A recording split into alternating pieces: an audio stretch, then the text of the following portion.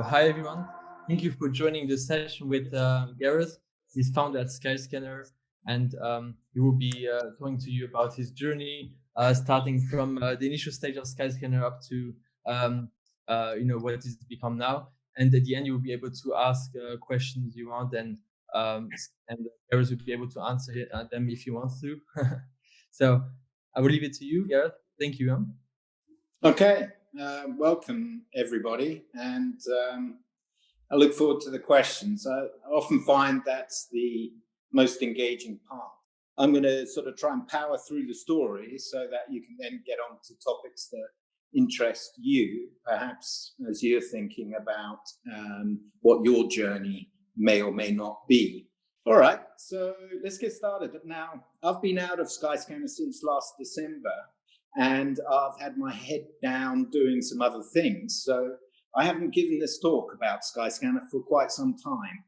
So I might be a bit rusty, but let's see, it'll be fun to remind myself even. So I was in London and I shared a flat with a friend and knew someone else via him. And the three of us got it in our minds that we were going to start a internet business. This is about 2000. We're all working in technology, in software, but not so much in the internet. And of course, we've been watching we've been watching the dot-com boom, basically, and the bust that came after. Now, the dot-com boom was a little bit insane. You'd get things like someone saying, I'm going to deliver pet food to everybody in the country via the internet. And because it was via the internet, they would get $100 million, when $100 million was a lot of money, thrown at them, and they'd just go off building something.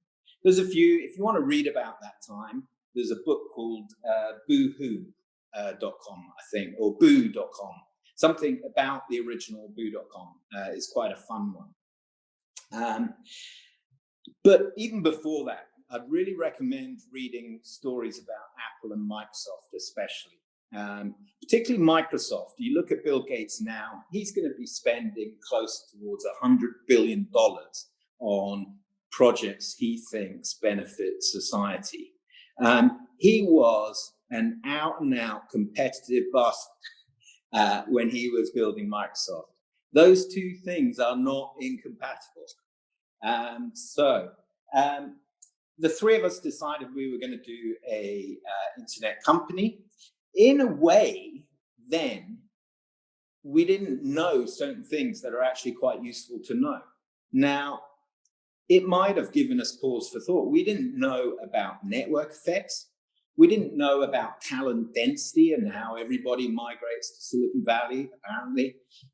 We didn't know about the funding environment. We didn't know about technical and products and build internet technology creation trends that take a long time to reach the land of banking and others. And so we just got started. We were very fortunate in a couple of ways. One, zero funding, external funding. What we did, well, let me actually say how we started on Skyscanner. We each presented about 3 ideas to the other 2 co-founders. And at the end, we voted on which one was the best one. I presented a flight checking prototype. I also talked about something called shared favorites, which was, I suppose, a bit like Dig or Stumble Upon, or possibly a bit like Reddit. One of my co-founders presented effectively a real estate prime location type startup. We had a music, infinite jukebox for pubs idea, powered by this new thing, broadband, which had come at last after dial-up modems. So, all the ideas were out there in the ether, and indeed it proved that Skyscanner had possibly 1,000 competitors over from then to now. And I think one of the lessons is I was the only one that built a prototype of the thing I was proposing. And I don't think it's a coincidence we all got excited about the one that I built a prototype about. So we'd all sort of put together a kind of one-pager for all of our ideas, but they're very dry and it's hard to judge them on their merit. Whereas with the prototype, you could actually look at it and go, I can see what this could become. So one of the things I'd definitely point out would be that if you can show someone what you want to do and want them to help you do, that is so much more powerful than trying to write to someone or explain to someone. Anyway, we started building, decided to do that and got started. I stopped working at the place I was working, and we split 2 salaries 3 ways. It's a pretty big step to do with your friends if you think about what's required to do that, particularly when you think the idea, you got no pedigree as to why it should work. You don't really know anybody else who's done an internet business. So that was a big step of trust in all directions. Particularly given I had habits that may be a little bit unpredictable. And so they had to kind of rein me back in and sit me in front of the computer and get me coding again for 20 hours straight type thing. So we got started on that. It took probably a couple months to get the next version up and running, and we were kind of happy with that. We didn't get funding. Given that we really started in 2001, we were a proper business in 2003 with a registered company and paying salaries and things rather than just shifting money between each other's personal bank accounts. We didn't receive funding until 2008. So that's operating for 7 years before getting funding. What that meant is when we did get funding, we were still in control of our company. We operated at Skyscanner. It's much more common now, but we were evangelical on doing what was right for the customer, for the traveler. And if it wasn't right for them, we wouldn't do it.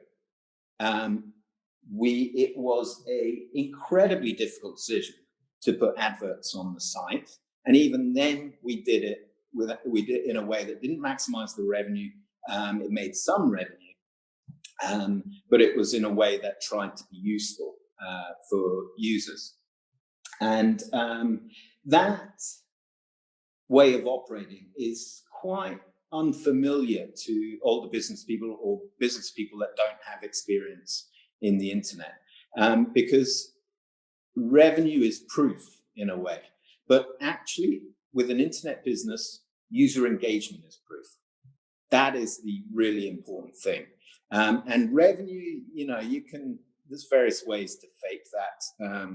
During the dot-com boom, I heard that a lot of people used to sign an advertising agreement with fellow startups and exchange $1 million of revenue both ways. And they're now both startups with $1 million of revenue. There was no $1 million, it's ridiculous. So actually the people caring whether your startup exists is the most important thing. If nobody cares, you do not have any reason other than you think they will care tomorrow. And if people care and get value from it, then I think is the point at which to say, okay, we now have time and resources to say, how about you pay something for it? It's not the only way to do things, but I think the valuing, giving people, thinking it's important that giving people value is, I think that's incredibly important. So we started, our very first metric was something called repeat visitors. So in the early days, I remember putting some business cards on cars in shopping car parks. My co-founder wrote in and suggested our website for BBC Radio 2 website of the day, and we got at least a couple of hundred visitors that day. So visitors would go up and down quite a lot. But what we decided was, do people come back? That's how we measure whether what we're doing is worthwhile. And it proved a really good metric, because that is actually quite similar to pirate metrics, activation and retention and all of those sorts of things. So that was something we did right. I moved up to Edinburgh just as we started hiring, and so our first person that we hired was down in Leith. We were based on Bernard Street in Leith, if any of you know down there, and that was a really exciting period. I think the best experience I had was when being out in the pub one day and we were talking about travel and someone telling me to use Skyscanner, and they didn't know anything about it. That was a really great feeling that someone random, a friend of a friend, had suggested I use the website we'd been working on for a couple of years. Anyway, we got up to, I think it was about 40,000 people using us a month. So it's kind of like a stadium, and amount in a month. And we thought, well, that's an insanely high number of people. That's brilliant. And we decided to get funding, got VC funding. Funding's a whole topic in itself, although I do think it's overdone. People go out and get funding. I mean, you're working for the VCs. If everything is paid for by the VCs, are you really an entrepreneur, would be my question. You're a project management in employment for the investors, which is different to being is different. So we gradually carried on. We got up to 10 people, 20 people. 2008, the financial crash came along, and 2011 financial crash came along, made redundancies, which I've just been made officially the CEO. We'd been running things informally. So that was one of my first things, was to have to make people redundant, which was quite difficult. All friends going to the pub after work and restaurants, whatever. We never had a year that stood out from the others. We grew at about 100 to 150% year on year in user numbers and say revenue as it came in. And every year would be the same. And I'd be going, God damn it, why can't we grow at 200, 300%? You read these success stories that are overnight type thing. And it never felt like that. It felt like the graph of revenue or users looked at a day by day, a week by week, or a month by month. It felt pretty flat. But if you get 10, 12 years of growing at 100%, eventually you get somewhere. And so by the time that I left, we were up to over 100 million unique monthly visitors.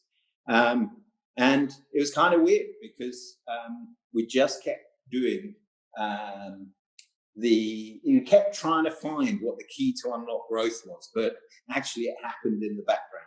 And it was that repeat visitors in the end. And I think one of the things, so Larry Page, one of the founders of Google, had a thing when people came to him about whether Google should do X or Y. And it was called the toothbrush test. And the idea was, unless you need to do it twice a day, he's not interested. And that's really smart, because travel is awful in actual fact. How often do you fly on a plane? Not that often, not compared to brushing your teeth. Actually, the really high frequency activities are where the really fast growing companies are. There are exceptions, but certainly in the consumer space, even startups that are SaaS products for other startups or businesses, so many of them, if you need to do it frequently, check metrics dashboards, then you've got a way of growing by word of mouth and such like, and not get stuck in a problem where in travel, most of our competitors would raise say $10 million, and they'd spend $9 million of it giving it to Google. And I've invested in a few startups in Edinburgh. And the first thing I say is, look, are you looking to get a moderately wealthy man and give that money to an incredibly wealthy company, Google or Facebook? Because if that's what you want startup funding for, it's kind of like, it's a bit uninspiring to me, because I don't want to make Google and Facebook richer. And it's a way to get visitors up. It doesn't solve the repeat visitors problem. So anyway, we moved into shiny new offices in Quarter Mile. We got up to, in our time there, we got up to 10 different offices around the world. I started wearing a blazer even at times, like when I was being interviewed, and I'd appear on sort of BBC World or something, and people would sort of ping me and say, I saw you on that.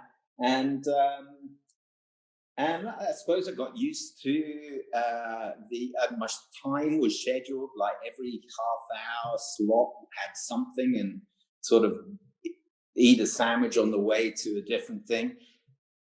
I ended up spending probably a quarter of my time on recruitment. So if there's a great engineer based in Seattle working for Amazon, it takes something to persuade them to move their family to Edinburgh. And I'd usually be the one that had to hop on a Skype call or a Zoom call and show them the CEO cared enough to speak to them, to get them to think about joining us. And so it was intense, incredibly intense, really rewarding. It taught me, I'm essentially a geek by background. For me, the idea matters is the most interesting thing. The thought of managing people, 1,200 people towards the end, was a utter nightmare. Really didn't fancy doing that, but it taught me how much success is down to the tenacity rather than the quality of the idea. Thousands of people had the idea for Skyscanner, many of them earlier than we did. And so I'll pause there and invite some questions, see how we go on. Otherwise, maybe have to bore you with a bit of anecdotage. Great, thank you very much. So if anybody has a question, you can either raise your hand or maybe write a comment. I'll maybe start with the first question. So many of our participants are actually at the stage where they are starting to build the MVP. And so it'd be interesting to know how Skyscanner, I mean, at the time MVP was not really a concept, but what was your initial product? I heard that you had kind of built something around Excel, but it would be interesting to know what exactly you had built and what was the first thing that actually faced the public. Yeah, I mean, you're right. A lot of the terminology wasn't around, and we had to do it by instinct. So I think it helped that we weren't business people fundamentally, because business people have to start thinking about revenue much earlier. For us, it really was. I think in the original one pager, it says, it's not very clear how you can make money from this service, but it is useful, so there must be a way in the future. And that was enough for us, because we didn't have to persuade any funders, etc. So we were MVP at the beginning. I'd say the way that we were different. So many of you will be familiar with Eric Ries's Lean Startup, perhaps. And I think there's a lot that's useful in there, but I think treating it as gospel is also quite a problem, because we actually put a lot of effort in the beginning to making the first proper version. So for instance, you can either say to a user, tell me where you want to go and the dates, and I'll go off and fetch the information. Or you could say, I'll fetch the information already. You give me a little bit of a hint where you want to go, and I'll give you loads of rich data that allows you to narrow down. We took the first one, which was technically a lot harder.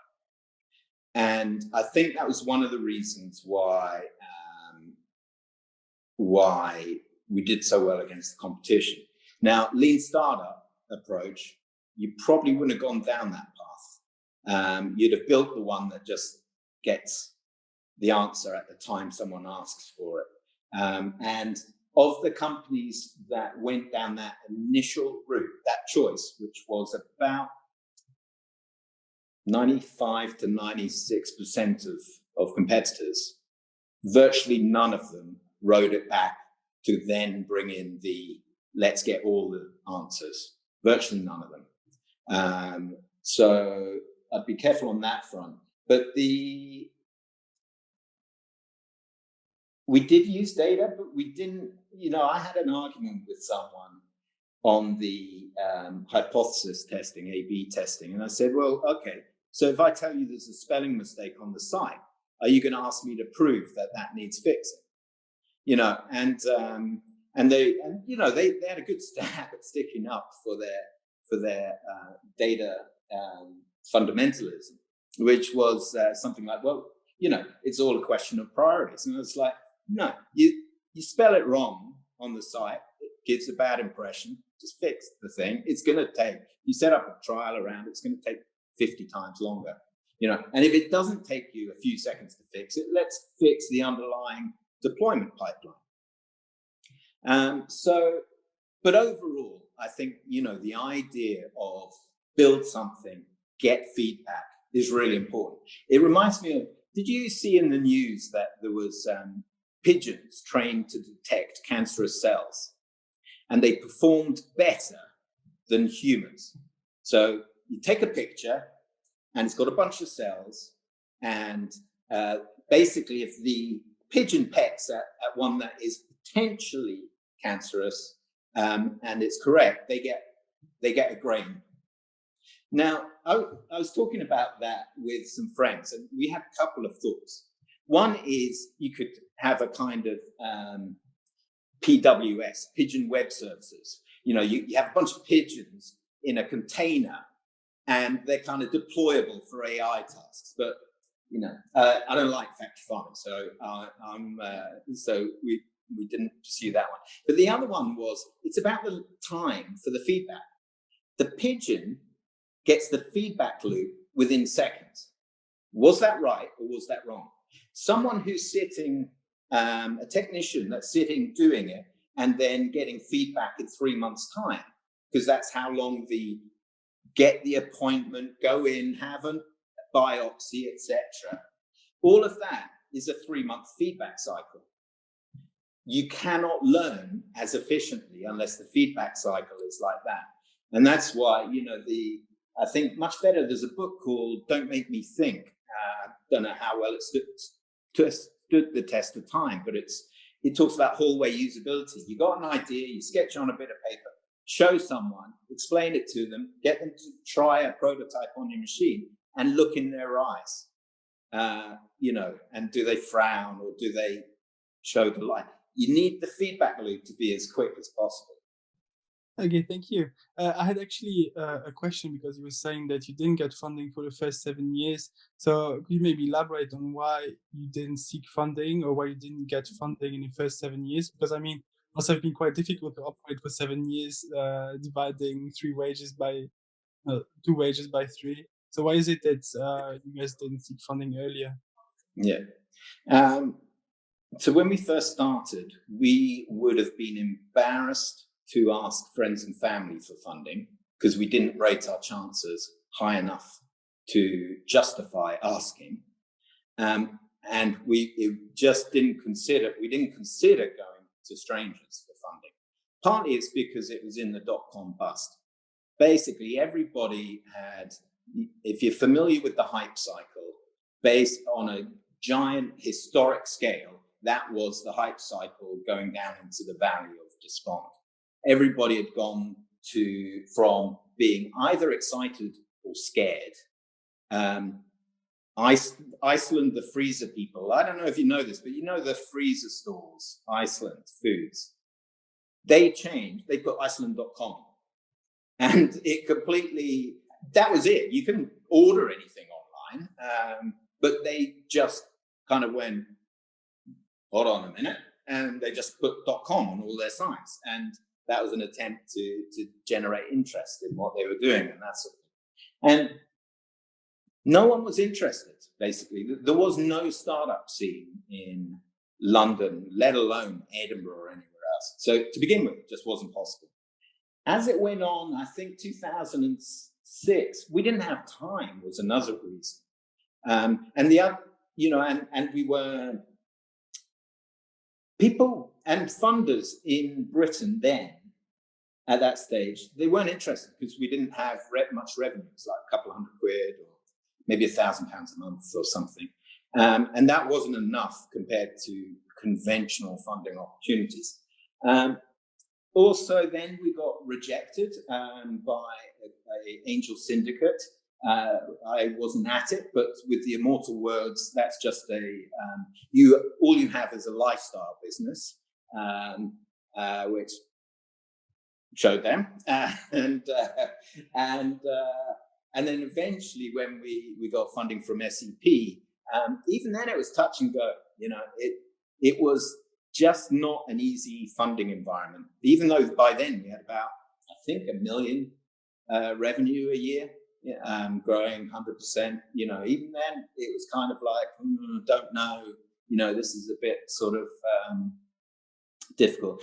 So, but I think also I just don't want to listen to what investors say. I'll take their opinion, but it's that's why we started a business, was so we didn't have to listen to wankers telling us what to do.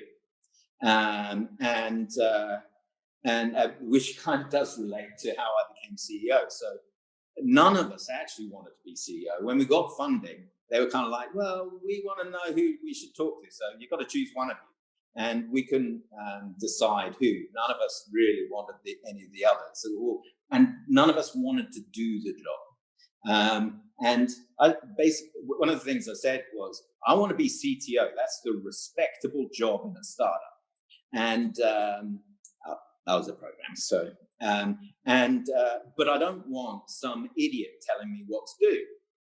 So I said, right, I'll be CEO. I'll be the idiot, and ended up voting for myself, which then gave me 2 votes. So it wasn't a promising start, but I basically became the idiot to avoid having an idiot tell me what to do. What probably in funding, so if you look at in Google and stuff, it looks like we've had lots of funding. It was all secondary.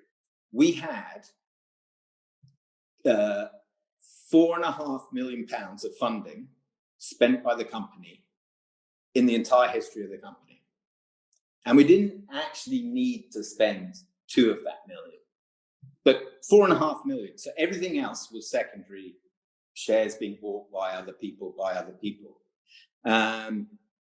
I think the most enjoyable thing around funding was Sequoia. So Sequoia, a very famous Californian VC, and Mike Moritz, a very famous VC leading Sequoia.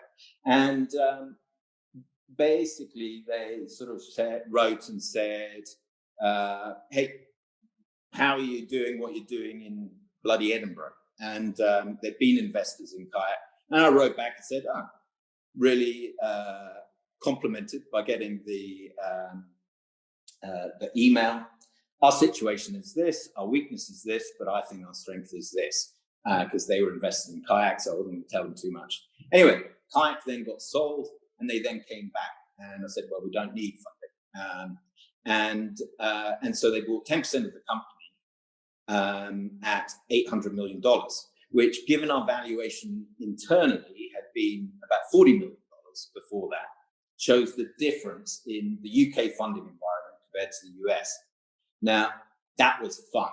Now, they bought 10% of the company from shareholders. So again, we gave up no control in running the company. So it was perfect. And Mike Moritz, although he was scary, was incredibly insightful. And that was that's really useful. So keep control of the company. If you're giving away control of the company, then you're going to have to compromise quite heavily, I would say. But would you say the funding changed a lot? Because as you said, it was only 4.5 million. So Yeah. how did the funding affected the trajectory of Skyscanner, or did it at all?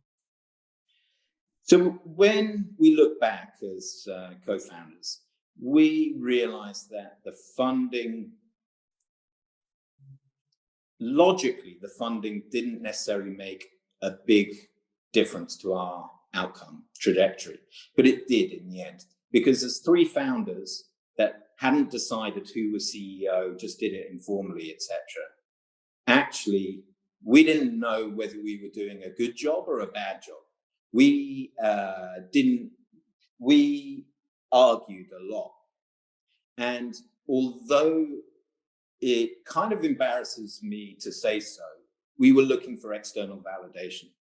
And I've seen that a lot in startups that I've spoken to. Getting funding implies a degree of validation of your idea and you as a person. And all I'd say to that is maybe it does a little bit. It more gives you validation as to your sales ability. If you, someone probably said, if you want validation, get a dog or something. But so it's a really expensive way to get approval. See a psychologist, maybe. But having said that, I don't regret it. It did there is one other useful thing it does, getting funding, which is it says you agree to sell the company in about 10 years. And when you set up a company that is your soul, is your combined with your co-founders, it's your expression of you in the world, that's a really awkward conversation. So the fact that there is an implicit agreement that you are creating an asset, a word I truly hated and still hate, is a forcing function as well. But again, you can sell 2% of the company. We gave a lot of shares over the years to staff. That was a great way of creating a sense of momentum, a sense of value increasing as well. Sorry, these are long answers. No, it's awesome. Thanks so much. We have another question from someone in the chat, from Peter. He asked, you mentioned that you wanted to come across as a CEO who cares. How would you describe your leadership style, and what strategies did you use to make sure all of your employees were working at their maximum potential? Mm-hmm. I think the number one thing as a CEO, a manager, and a leader that I had going for me was I believed in what we were doing. And I believed in it with a passion. I wasn't bullshitting. I wasn't kind of trying to grind hours out of people in order to create an economically favorable outcome. I believed in what we're doing. And I think not everybody has that in their style or needs to have that, but that was one of my big advantages. I think the second thing was, I think as a company, we had really good values. And I mean values rather than ideology or overall overriding theme of how things are. It was just like, what do we want for people we're working with? Who do we want to work with? And that sort of thing. And I think that helped us an awful lot. When I look back, I realize that I probably wrote 10 times as many words, and I should have spoken most of them instead of writing them. And that which I did communicate, I should have simplified tenfold. It's really hard to get a group of people above. As a startup, we never had to think of, I mean, you know, with your family, you never think about communication. You just communicate, or with your close friends. When you're above 8 to 10 people, you start having to plan it and compensate for problems and such like. And I think one of the first hires that we did, around about 15 people, was someone who had that experience, and I think that helped a lot. I think knowing that I wasn't a businessman, I wasn't a natural people person, helped, because it's like I didn't have any ego in, you know, someone goes, "You're a shit manager." I go, "Yeah, you're probably right. Tell me how I could be better." Because, you know, whereas I remember some people, I have to be careful, make sure tears don't come to my eyes. So it's quite a personal moment, but people opened a bottle of champagne when they got rid of my last bit of code. That is, you know, I was like, that hurt me. It's kind of like, but people telling me that I'm you know, I could learn, because I didn't think I was great. I remember being in the Sunday Times Tech Track, the 100 fastest growing private companies in Britain. And we were, for the 5th, I think we were in it 7 times in a row or 8 times in a row. And I think it was about the 4th time in a row that we were in it. And I remember it's kind of with my management team around the table going, how shit are British companies if we're one of the top ones? And it was kind of like, and I used to get forgiven for that quite offensive statement, I suppose, because I meant it to myself as much as anybody. It was a reflection on me as much as more than anybody else. So I think there was an insane level of ambition and desire, willingness to go quite a long distance to get the right outcome. And so, yeah, and I've seen other people achieve things like, you know, sitting back, doing phone calls from a yacht or something. So it's not the only way, but I think it has to be authentic to you. Yeah, thank you very much. It's really valuable to have like this kind of more personal questions to ask. Shannon also has a question. I will let you go. My question to you is that how would you like affiliate yourself with like trip.com or you know, or Trivago or other sites like these? Do you see them as like competitors, or do you see them as, you know, like partners that you would partner with and you see value in their partnership? Do you see them more as competitors or partners? And my second question is, how would you view, so I was reading the news and it says like in 2018, if I'm not mistaken, in October, there are a lot of like IPO acquisitions that are open to you. So how did you like go through that process, and what was your thought process like in terms of deciding the decision that you've had right now? Yeah. Thank you. So I'll address the first one, is how do you deal with other online travel players? How do you think about them? And how I used to explain it to people who join the company would be traveler first, airlines and hotels and travel suppliers second, and us third. It's not us never, and it can be a compromise between all three, but that's the order of the priorities. And we will work with other online players, but we're happy to put them out of business. So Expedia, for instance, was the conventional one of our goal is to put Expedia out of business. And that's because the reason we put airlines and hotels ahead of us was they're doing the hard work. I mean, keeping 200 people safe in the air is a bit harder than checking something into GitHub and going, oops, if you got it wrong. So there's a degree of respect that we have to suppliers. But for other online competitors, it's kind of like, you know, we want to beat you. Trip.com you mentioned is an interesting one because they own us now. I'm no longer involved in the company, and so Skyscanner's role, one of Skyscanner's role, is to make potential customers available to the Trip.com engine, but not uniquely them at all.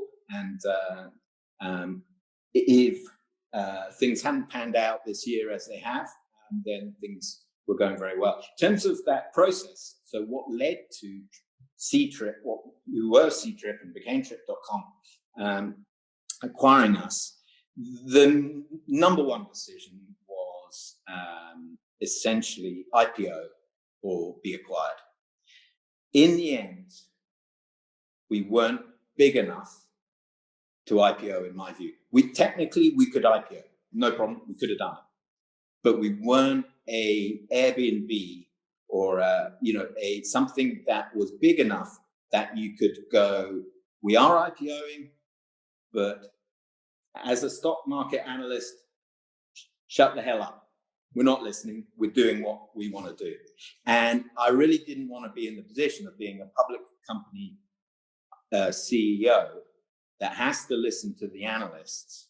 And that felt to me like a death by 1,000 cuts. So given that we had people on the team, including myself, but also my co-founders, long-running members of the staff who had a lot at stake, all their eggs in one basket, I thought, okay, let's go for the acquisition route. I also felt that actually, by being acquired, we can carry on growing and we may be able to spin off as an independent company in the future. And I think that is a viable, and that is good for the parent company because, they get to participate in the value created.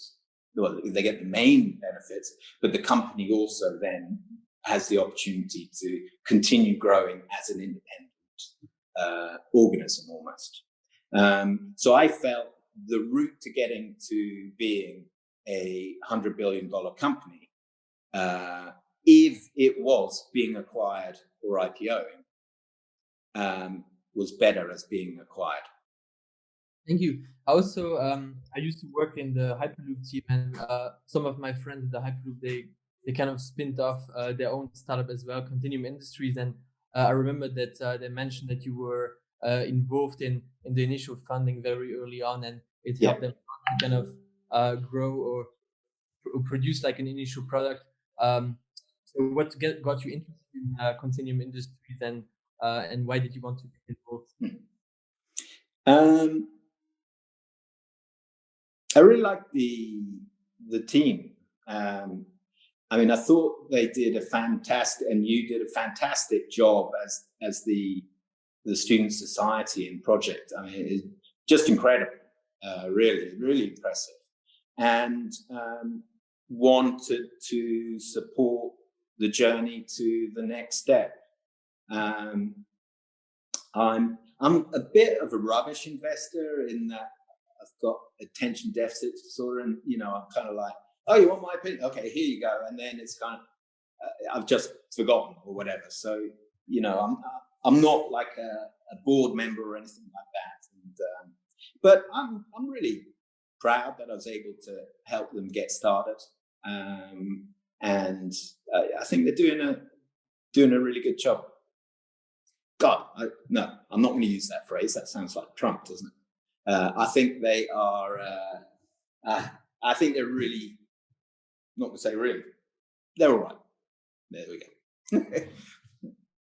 Yeah, definitely. And now that you're not involved in Skyscanner anymore, so how do you spend your time, or what are you involved with? So when I started Skyscanner with my friends, my goal was to make, I think at the time I wanted to make £1 million and be able to go, I can live modestly on that for the rest of my life so I can work on my real project. And I don't have to care what the rest of society or parents or, opinion thinks. I could just work on that thing. And got to that stage and it's like, no.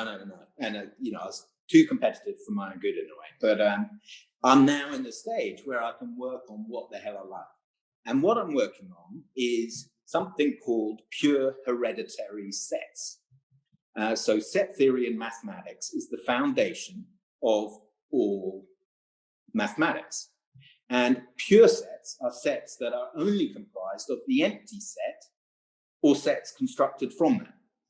And in fact, the numbers or the natural numbers are defined in terms of pure sets and von Neumann ordinals, von Neumann universe. And my hypothesis is some of the smartest people, mathematicians, that have been working for hundreds of years and converging on this thing that they define the rest of maths in, which is sets, have been empirical cognitive scientists.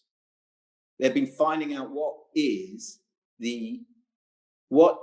common about all our thoughts. What is the foundation of a thought or concept in our head? Sets don't exist in reality. They don't exist, they're thoughts, but they're the minimum thought possible. That's my hypothesis. And I'm working on that. And I've got no idea whether I might turn it into an academic paper or I'd like to implement Paul Graham's Lisp. Well, I'd like to find someone who can implement Paul Graham's Lisp called Bell and put in some of these ideas as part of it. And then from there, then in order to turn it into business, I have to find someone young with damaged personality that's prepared to put their entire soul and working life into something with crazy intensity, because I'm a bit old for that shit now, or I've got it out of my system. Yeah, but it sounds like a lot of interesting stuff you're working on. And just to come back to your work on set theory, so is it kind of your hypothesis that you want to build a bridge between the set theoretical foundation of mathematics and the way we think, and whether we think the same kind of foundation that all our thoughts are based on those axioms? Yeah, at a further extent, I have to emphasize I'll be happy to find something that makes a nice blog post at the other extent. So I wouldn't say I've gone totally nuts. But at its furthest extent, I would hypothesize that there is a useful calculus of conception.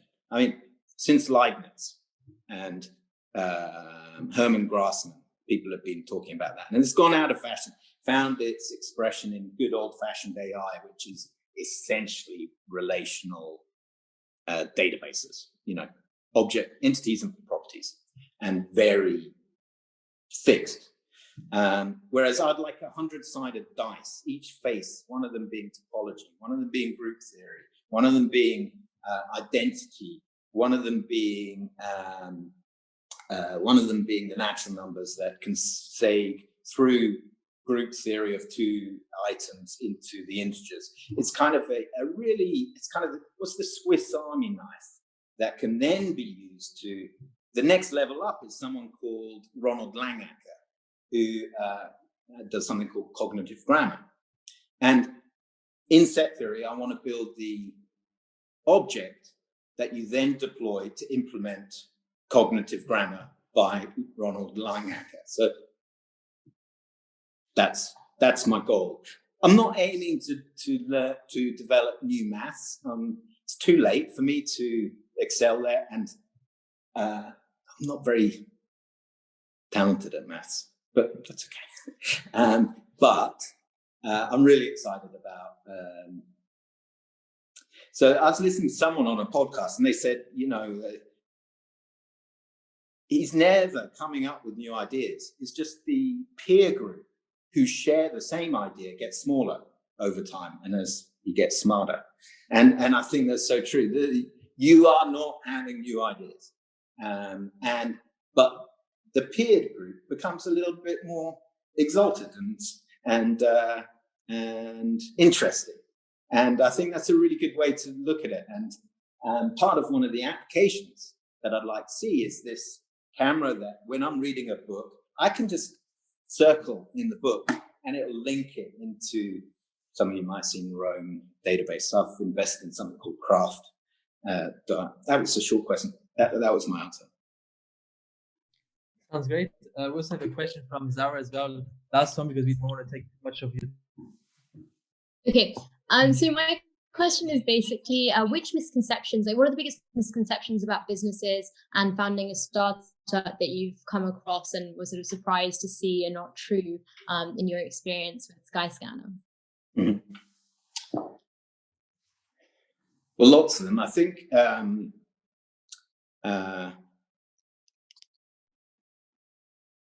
misconception. So I think number one is cleverness is overrated. It's incredibly important, but tenacity and effort is way more important. Is one of them. Second is that you don't have to be a rocket ship to do really well. And in fact, companies look, like people would come, I'd give a presentation about Skyscanner when I was in the middle of things, and they go, wow, look at that chart, goes like that. But I explained to you what it felt like. It felt like a chart doing that. We'd look at, the olden days and go, wow, it went like that. And, but it never felt that at the time. And so you gotta really feel that you're doing the right thing. You need to get a sense of conviction about doing the right. And one of the best ways is to care about doing the right thing instead of, sort of hacks and shortcut things that are impressive to other people. Impress yourself with the work you do. I think one of the other things is, I'd have to be a more specific question, but it's really hard. Yeah. If you're going to go into this, be prepared from the beginning to put 20% of your time towards recruitment. Not immediate recruitment, but building up a network of people, finding out the 100 people you'd love to work with and have work for you. Because if there's 100 people and they're really high quality, over time, you'll persuade 1, 2, 5 of them to come work with you. And it will take a long time because they can get jobs anywhere because they're really good. It's not just about the work of your job.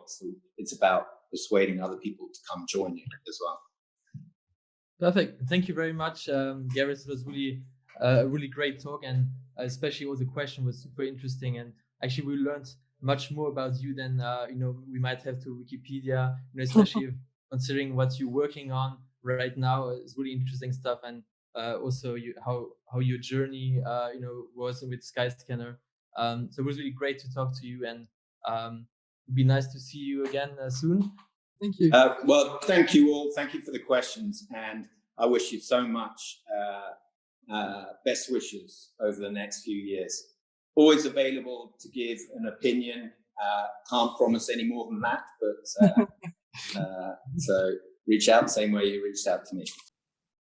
Thanks for watching this video. Be sure to like, comment, and subscribe. We'll be uploading new podcasts every week where we spotlight some of the world's leading startup founders and VCs to talk about their journeys and experiences in the field.